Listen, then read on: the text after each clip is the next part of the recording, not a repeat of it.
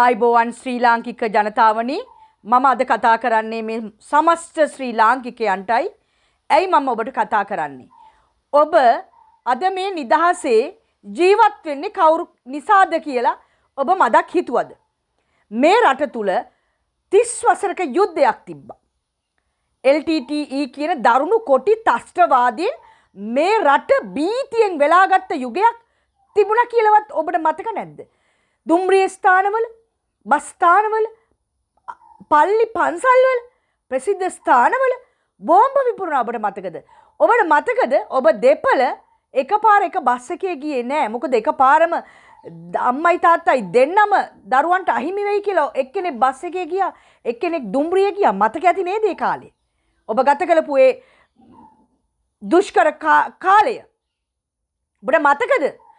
සිංහල ද්‍රවිඩ මුස්ලිම් කියන අහිංසක ගම්වල ජීවත් වෙච්ච ආදරණීය අහිංසක මිනිසුන් එක රැයකින් කපලා කොටලා මරණයට පත් කරපු ඒ යුගය ඔබට මතකද?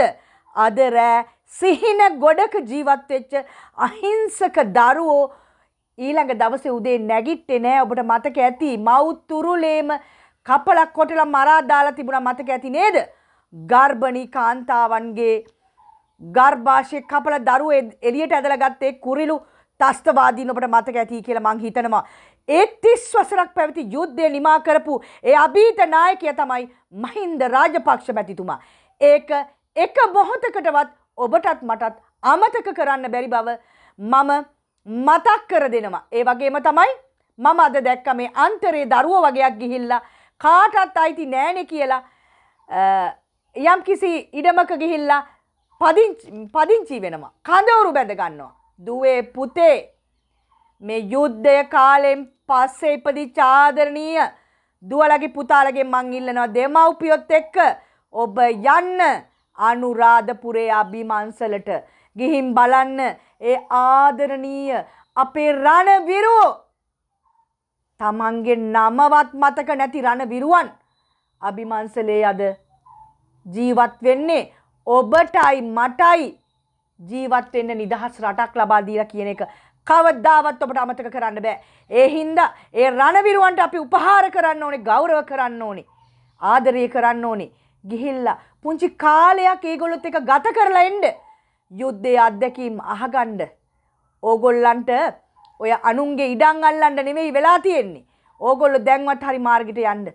ආදරණීය සමස්ත ශ්‍රී ලාංකික වැසියන්ගෙන් මං ඉල්ලනවා මැයි 19 අපි මේ රණවිරුවන් උපහාර කරන්නට ඕනේ, ගෞරව කරන්නට ඕනේ. ඒ වගේම අභිමාණයෙන් උන්ට සමරන්නට ඕනේ. මේ යුද්ධයෙන් මියගිය සහ ආබාධිත වෙච්ච අපේ ආදරණීය රණවිරුවන්ව මැයි 19 18 19 කියන මේ දින දෙක තමයි යුද්ධයේ අවසන් දින දෙක. අපි 19 සමරනවා. එහෙමනම් ආදරණීය ශ්‍රී ලාංකික ජනතාවනි, සිංහ දජය තමන්ගේ නිවස ඉදිරිපිට ලෙල දීලා මේ රණවිරුවන්ට උපහාර කරන්න හැකි සෑම දෙනෙක්ම සෑම රණවිරුවෙකුටම උපහාර කරන්න කියන ආදරණීය ඉල්ලීම ඉල්ලන්නේ ඒ රණවිරුව නිසා තමයි අද අපි මේ රටේ නිදහසේ ජීවත් වෙන්න කියන එක කවදාවත් අමතක කරන්න එපා. ඒ වගේම ඒ කොන්ද කෙලින් තියාගෙන තීරණ ගත්ත මහින්ද රාජපක්ෂ ජනාධිපතිතුමා නිසා තමයි අද අපි මේ රටේ ජීවත් වෙන්න කියන එක අමතක කරන්න එපා. මැයි 19 රණවිරු දිනය සමරමු. තෙරුවන් සරණයි.